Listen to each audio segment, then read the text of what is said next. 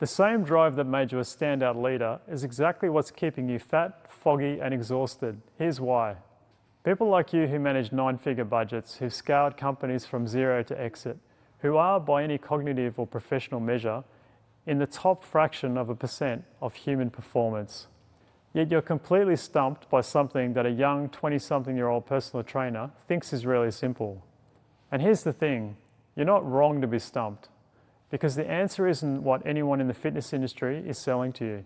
And once I explain what's actually happening, you'll understand immediately why everything you've tried has produced the results that it's produced. Let me show you what's actually broken.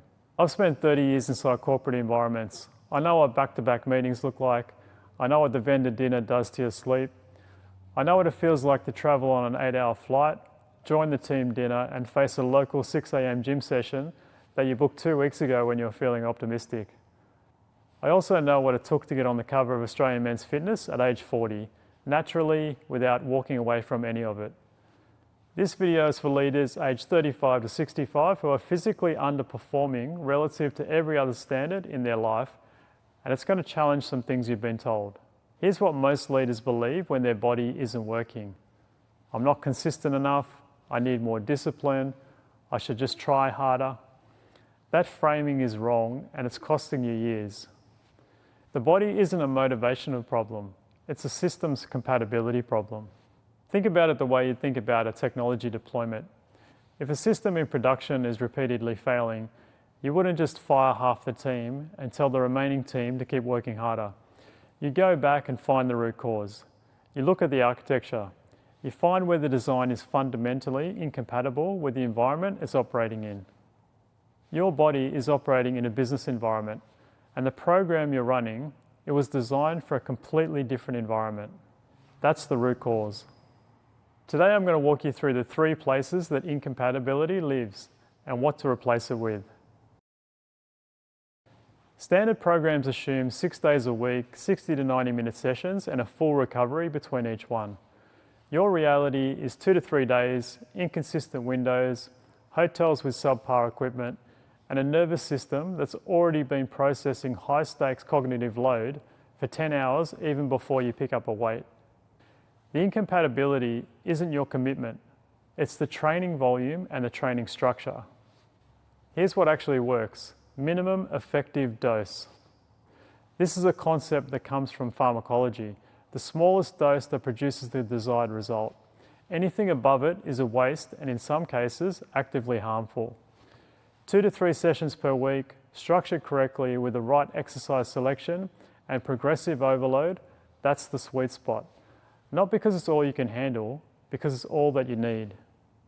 The leaders I work with who train 3 times per week and follow a structured protocol get better results than the ones who are grinding 6 days and burning out every 8 weeks. The variable that produces the greatest results is not volume, it's quality, consistency, and progression over time.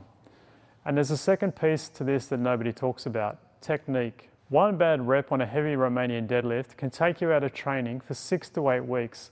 That's not dramatic, that's physiology. At 45, tissue repair is slower, injury risk on poor mechanics is higher, and the 8-week layoff doesn't just set you back, it resets you. Form isn't vanity, form is insurance. It's what lets you train for the next 20 years.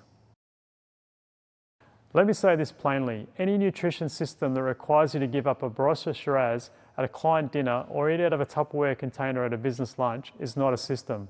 It's a punishment.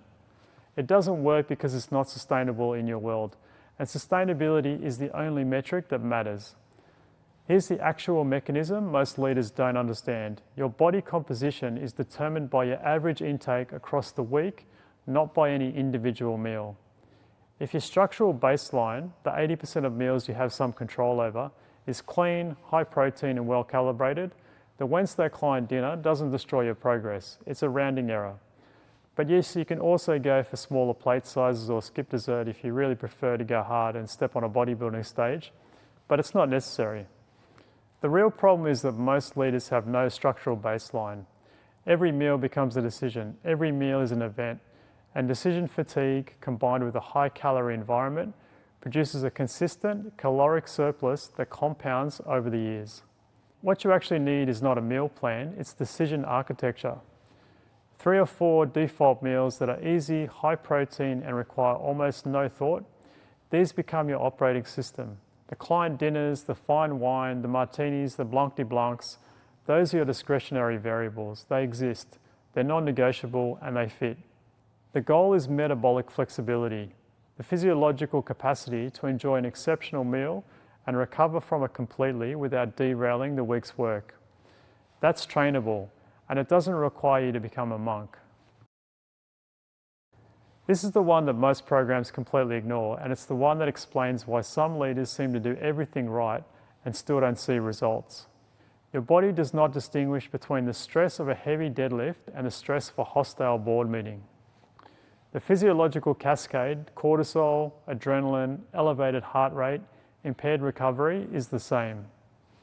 Which means that if you're already running at a significant stress load from your professional life, and you add a high volume, high intensity training program on top of it, you're not building, you're breaking.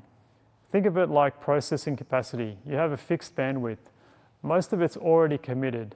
The training program has to fit within what's left or it works against you. This is why sleep is a performance input, not a lifestyle preference.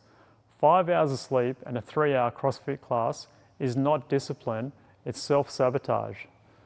The leaders who transform their bodies the fastest are rarely the ones training the hardest. They're the ones who have addressed the recovery equation, sleep quality, training volume calibrated to their actual stress load, and the elimination of chronic inflammation drivers. That's the system. Minimum effective training, structural nutrition, optimized recovery. Not a shake, not a peptide, a permanently running architecture that compounds over time. You didn't get to where you are professionally by accepting the gap between what's possible and where you are. You found the right system, you got the right people around you, you built something.